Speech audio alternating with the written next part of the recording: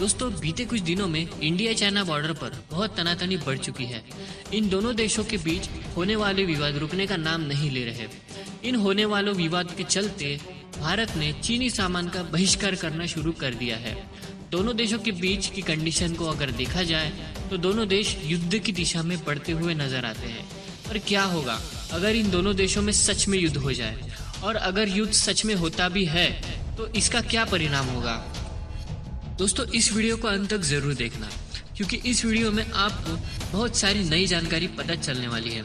और अगर वीडियो पसंद आए तो वीडियो को लाइक जरूर करें। तो दोस्तों सबसे पहले हम इन दोनों देशों के मिलिट्री को कंपेयर करेंगे कि किसके पास कितना मिलिट्री पावर है। सबसे पहले अगर हम दोनों देशों की मिलिट्री बजट की अगर बात करें तो भारत का मिलिट्री बजट है टोटल $56 बिलियन, जो कि भारत के टोटल जीडीपी का 2.5% हिस्सा है। और अगर चाइना को देखिए तो चाइना का कुल मिलिट्री बजट $228 बिलियन है, जो कि चाइना के जीडीपी का कुल 1.9% हिस्सा है। अब बात आती है मैन पावर की, तो यहाँ दोनों देशों के बीच कोई ज्यादा अंतर तो नहीं है। भारत के पास 21,40,000 एक्टिव मिलिट्री पर्सनल्स है और चाइना के पास 23 लाख एक्टिव मिलिट्री पर्सनल्स है। तो यहाँ इतना कुछ ज्यादा अंतर हमें देखने को नहीं मिलता।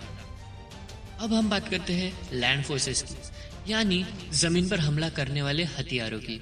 तो अगर टैंक्स की बात करें तो भारत के पास 4,426 टैंक्स है, तो चाइना के पास 7,760 टैंक्स है। वहीं अगर हम दोनों देशों के एयरफोर्स को कंपेयर करके देखें तो fighter aircraft, multi role aircraft, attack aircraft and helicopter, इन सब को मिला के भारत के पास टोटल 2,216 एयरक्राफ्ट है। वही चाइना के पास 4,182, जो कि भारत से 50% ज्यादा है। अब आखिरी बात आती है नेवी की, तो एयरक्राफ्ट कैरियर, डिस्ट्रॉयर, सबमरीन को मिलाकर भारत के पास टोटल 214, तो चाइना के पास 780 नवल है। यहाँ पे भी हमें दोनों देशों के नेवी फोर्सेस में और बड़ा अंतर नजर आता है। अब बात करते हैं न्यूक्लियर वेपन्स की, तो दोनों कंट्री न्यूक्लियर पावर कंट्री है, तो दोनों देशों के पास भी न्यूक्लियर वेपन्स है। पर फिर भी अगर दोनों कंट्री में अगर युद्ध होता है तो ये वॉर न्यूक्लियर वॉर में कन्वर्ट होने के चांसेस ना के बराबर है। वो इसलिए क्योंकि दोनों कंट्री की भी न्यूक्लियर वेपन की पॉलिसी नो फर्स्ट यूज वाली है।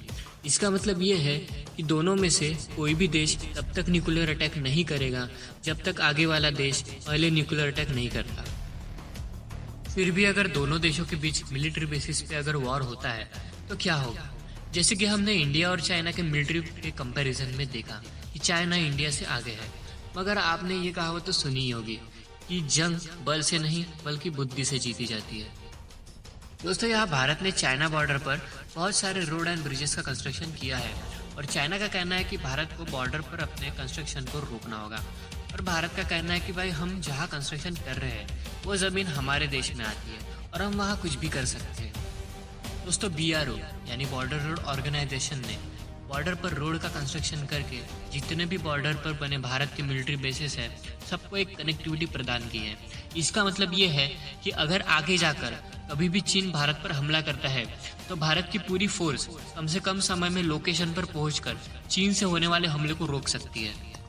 यहाँ एक और अच्छी बात यह है कि दुनिया का सबसे ऊंचा वॉर बेस, जिसका नाम जो सियाचिन ग्लेशियर है, जो कि भारत के अंडर आता है, जिसकी हाइट लगभग 6,000 मीटर्स है, इसका नाम Guinness book of world record में भी दर्ज है।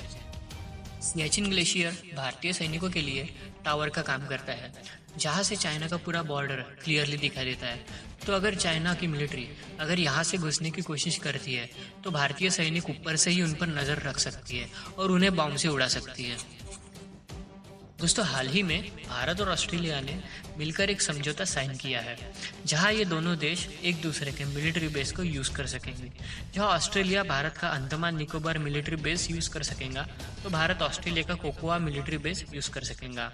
और ये दोनों बेस इंडियन ओशन में मौजूद है, जहाँ से चाइना बाकी देशों से अपना ट्रेड करता है। इसलिए अगर चीन जमीन से नहीं मानता तो भारत ने चीन को समंदर में घेरने की योजना बना ली है।